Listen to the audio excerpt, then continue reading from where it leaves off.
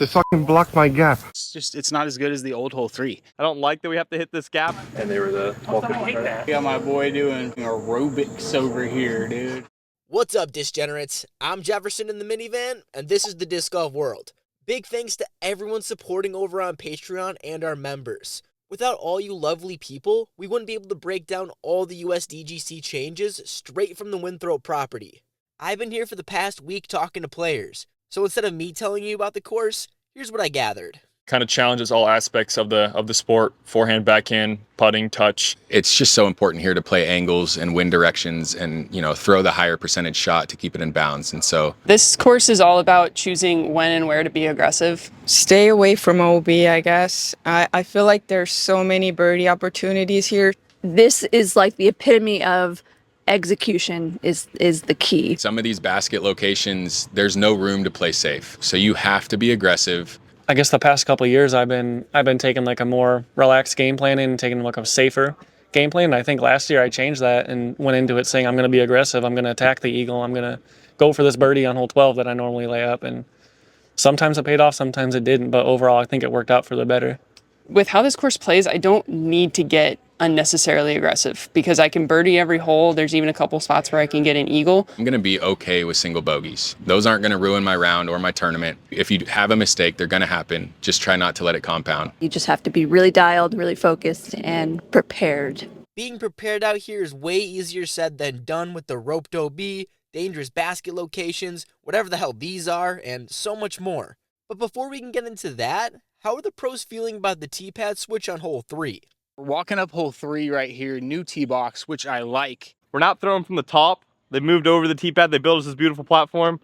1258, and they were the 1250 credit. Now you kind of have the option to choose whether you're going for it, where last year is kind of you throw the hardest pushing high as you can and just hope you got far enough left. It opens up an opportunity to get further up and get more left and give yourself a better approach in the green, but it also opens up more opportunity to mess up and go OB or turn it over and be way out of position. Much better hole in my opinion. The old hole only had usually 3 to 4 birdies around, and it was kind of hard to bogey because you couldn't even get left enough to go in the OBs. I think the OB on this hole comes in infinitely more now just because the birdie is more into play. Like I just threw one and I was in really good position, but I almost was OB on this left side. So I really like this change. You're going to see a lot more birdies on this hole, but I think it's still a hole that like a lot of people are going to play for 4. I honestly don't mind the change. I feel like the tee pad is in a better spot compared to where it was. You don't have to wait for the spectators and everybody to come up. I like the change in terms of like taking away the claustrophobia there, having to wait on 18's basket. No more dealing with the stupid people trying to get up and down the road while we're trying to tee off on the tee pad. So this is just makes it a more neutral hole for righties and lefties. Let's look at that gap. That gap was horrible for a lefty, like myself. Now, wide open shot, big anhyzer, right to the landing zone. Good job. USDGC did good on this one. With the old pad, it was a pretty straightforward gap. You throw in a hyzer and it flips and it goes left. From the old pad, it was really hard to get in position unless you just had like 500 foot on a spike hyzer. Gonna need about 550 to 570 off the tee. Sounds pretty far, but it's downhill and you can kind of use a flippy disc to your advantage. Distance is still rewarded, but it's not pure hyzer anymore. You can get more of a flat shape and turn it, let it fly. It's going to be comical how easy it is for the power players to get into position on this one. Obviously, the power throwers are going to score on it more than not, but I also think even for me, not being a power thrower, I feel like if I get into the right spot, I can still score on it. You still got to kind of pump it to get past the OB on the left, and then there's a little bubble on the right for anybody that's kind of like in that in-between range. I still think maybe a little bit of minor trimming, and then I really like what they're trying to do with that gap there. You kind of have the more aggressive left side where you can bomb a flex down there as a right-hand player, or you have kind of the over the top of the trees. I don't like that we have to hit this gap and a low ceiling. I think for the fans, it would be a lot more enjoyable to watch us just air one out. Honestly, I really love this hole. I think it's a unique shot shape off the tee and a very unique shot shape into the green. Basket is through the woods over there, Mando tree. It's definitely a sidearm, and then it's still the same skip shot, forehand or roller into the green. Calmly landing over here and being really pinched off, have to throw crazy rollers. Now you can kind of try to extend a little bit further and have a much better angle. I really like this change. It's not as good as the old hole 3. I still would love to see the old hole 3 and hole 4. Those were some of my. To me, it's never going to be better than par 3, hole 3 from that tee pad down there with the ropes. I've always been a big fan of that hole. Obviously, I want the old 3 and 4 back because it's just great holes. Watching Climo and Barry and all the greats throw down that hill with a mid-range flip up was just too good. That's just an opinion of a guy. Well, shit. If he's just a guy, who am I to say anything? Well, I'll try my best. From someone who grew up watching Spin TV coverage on repeat of this place, you're never beating the old hole. However, back in those days, we only had to worry about all the babes coming out to watch Jacked Kenny shred this place.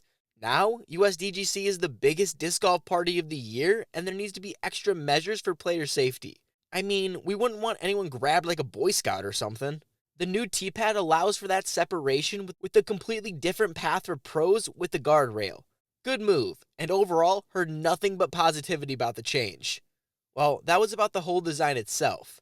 The issue came from the built-up T-pad, and although it wasn't a problem for most, this was James Conrad's experience. It's a weird length. It's like kind of... Yeah, it's not quite enough for 4 steps up there for me, I don't think. So I gotta jump up with my left. Friggin' be in his little step. So 1, 2, 3.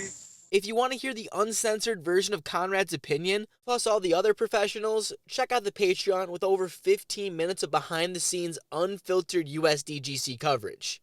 That's where you're going to hear the true opinions about the classic gimmicks we see at Winthrop year after year. And I'm talking about from someone that isn't getting an end of a check. As you can tell, I'm not one of those people. But I can be persuaded by a cool destroyer or two. We've gotten some criticism over the years, and understandably so, with some of the gimmicky type things. And so we're looking to find ways to create the challenge tweaks, but have it be as natural as it possibly can. And so that's what the trees and even the foundations that they're planted in are all about. Not gonna lie, I'm a fan of the artificially added assets, although these are significantly better than the Arby's mozzarella sticks we've seen in the past. We're only in October, and hole 4's already in the holiday spirit with the Christmas tree blocking the sneaky left gap. And Mr. Grinch Albert Tom did not hold back his thoughts. They fucking blocked my gap. What the Up through a straight gap, we got Mando on the left-hand side, so it really forces you to throw a dead straight shot. There's no getting around it. Planted tree just to stop Sexton and Big Germ from throwing sidearm and cheating all of us who are playing right down the middle. I've never ever tried anything on this hole except my flex, and then one day right before the tournament they put a giant Christmas tree there. I really love that this hole brings in kind of a taste of the Carolinas, in my opinion. It's not my favorite hole, but it's pretty solid in general. I don't know. See? Goose knows how hard it is to try and shit on things he doesn't like without hurting anyone's feelings. But come on, wouldn't be the USDGC without a few Christmas trees. Except this year, they decided to step it up on the always controversial hole 9. Welcome to the new hole 9. I think these are the best thing we've had on this hole so far. I think it's the best version we've seen. Creates more of a true like woods feel, which I know is what a lot of the players in this region are used to having to throw. I think this is the best they've looked. The planters are a good feel. We have some new tree placements. Those are new. Real trees this time. Honestly, I like the look of the trees on 9 now instead of the like slightly different Christmas trees that they had last year. Real trees, not Christmas trees. They put them so it is pretty much a tunnel shot, right? Like a 10-foot, 8-foot wide gap. It forces people to throw straight as opposed to just like a hyzer. It feels like more of a tricky hole as opposed to kind of a must get. These Christmas trees are quite a little bit more invasive than they've been in the past. So Right, they're really inviting us to throw the straight shot, which I kind of like. I think it definitely makes the hole harder. I think maybe it was a little bit too easy before. It definitely makes it a lot more challenging. I think it's a good change. It makes the hole harder. You're going to see a lot more bogeys. It's definitely kind of forcing the straight shot, but if you lean out to the left side of the tee pad, you can swing a hyzer or like a nose up kind of stall shot with something overstable. But I can still see a spike hyzer line. The trees block the view of your tee shot, so gonna play a little more difficult. There'll probably be a couple players that hit the trees, but overall more of a visual thing. But I think the changes for the course this year, pretty solid. Drop in the comments how you feel about the added assets to Winthrop, along with your thoughts on the changes as a whole, because that's all of them. If you want to hear more in-depth thoughts from the pros, make sure to go check out the Monday Qualifying Hero Drew Gibson series. And you know what they say, when you can't commentate, you play. Check out Nate Doss over on Jomez. Connor O'Reilly does his best youngster Joey impression to catch all the birdies. Ezra and Aaron continue to do the best breakdowns in the game. Ricky's not missing an opportunity to school his brother on camera. And if you want a preview of the not major for the FPO, Holland and Ella got you covered. I also want to give a big shout out to everyone that participated in this preview. Without you guys, this wouldn't have been possible. because who gives a shit what I have to say? But if you do, make sure to subscribe to not miss out on the daily USDGC recaps from Swiss Cheese and I, only on the Disc Golf World. And don't forget, if you see me at Winthrop, definitely come say what's up. I will literally be the only person wearing the Disc Golf World logo, so yes, that's me. And no, usually I'm not doing anything important. Baby, come on. Come on. Oh! I got the perfect height. JC. How's that not going? Damn.